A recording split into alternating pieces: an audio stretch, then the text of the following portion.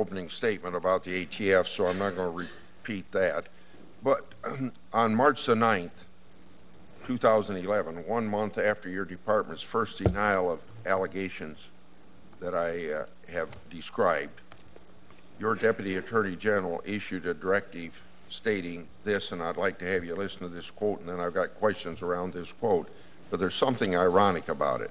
Quote, "We should not design or conduct undercover operations which include guns crossing the border.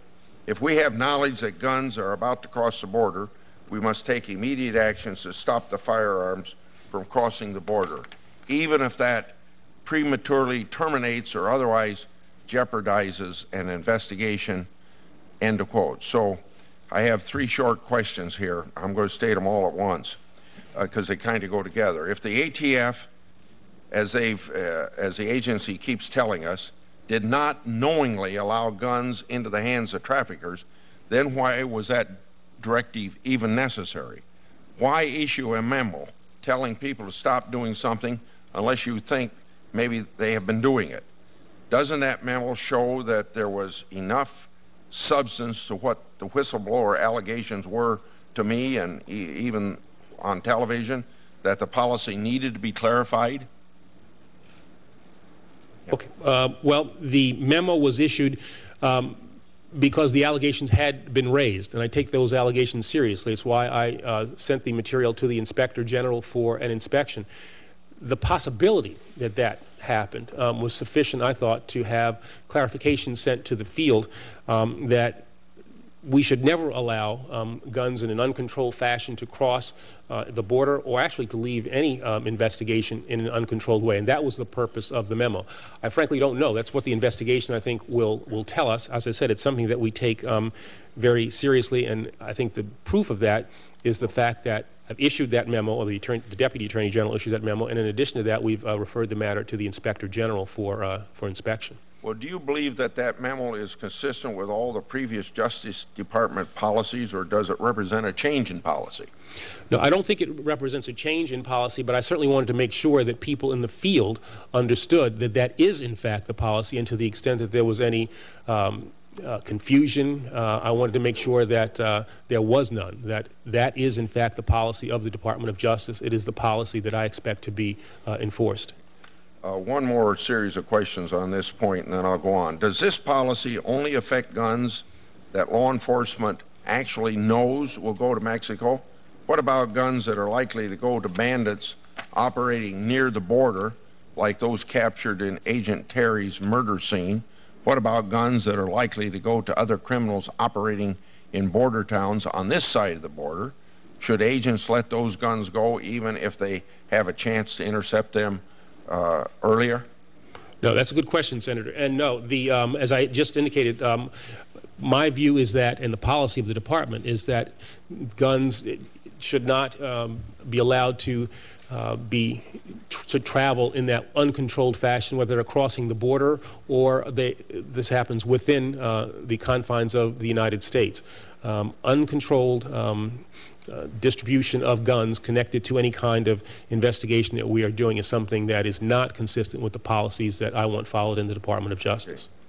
Okay. I have a chart that's been prepared, and all the members have it. I assume that the Attorney General has it, yep. Right? Yeah.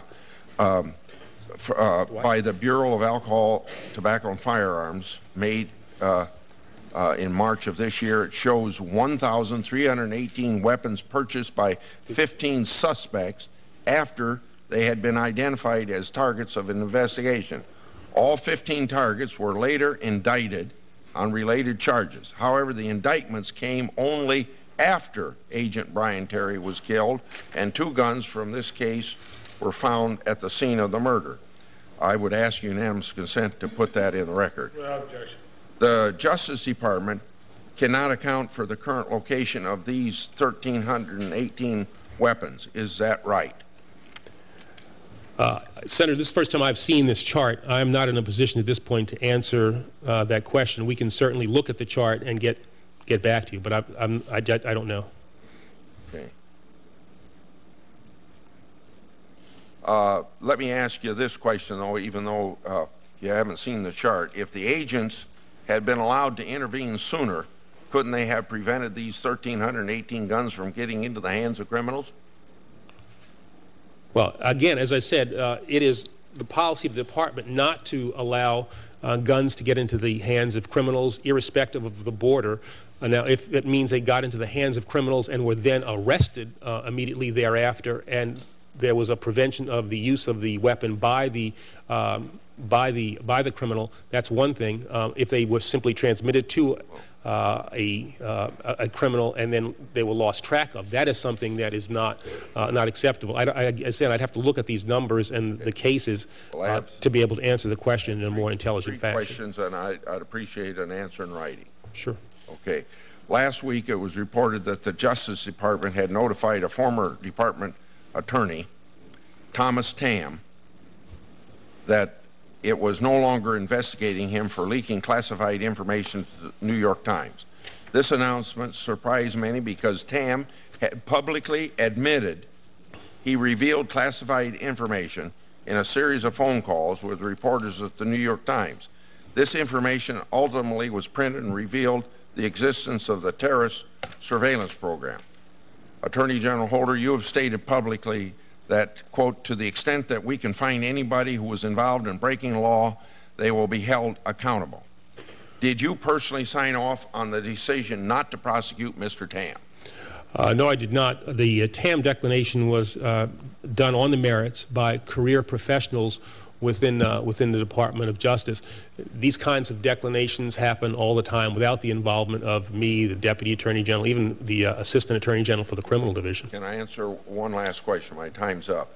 Why would the department fail to prosecute someone who admits knowingly revealing classified information? Well, there are a variety of reasons why a case might be declined. I can't get into the specifics of any particular case. That is generally not the policy of the department. I will note that when it comes to cases that involve national security, sometimes there is a balancing that has to be done. And I'm not talking about the Tam case specifically now, but sometimes there has to be a balancing that is done between what our national security interests are and what might be gained by prosecuting a particular individual. But I can say that with regard to this matter, the decision was made on the merits by career professionals without any notion of a double standard. Then let me give you my judgment of it, and I'll end. It just seems simply that when somebody admits that they broke the law and something as closely related to national security as that program was, it just seems to me that it sends a very, very bad signal that leaking is okay and you aren't going to get prosecuted for it. Thank you, Mr. Chairman.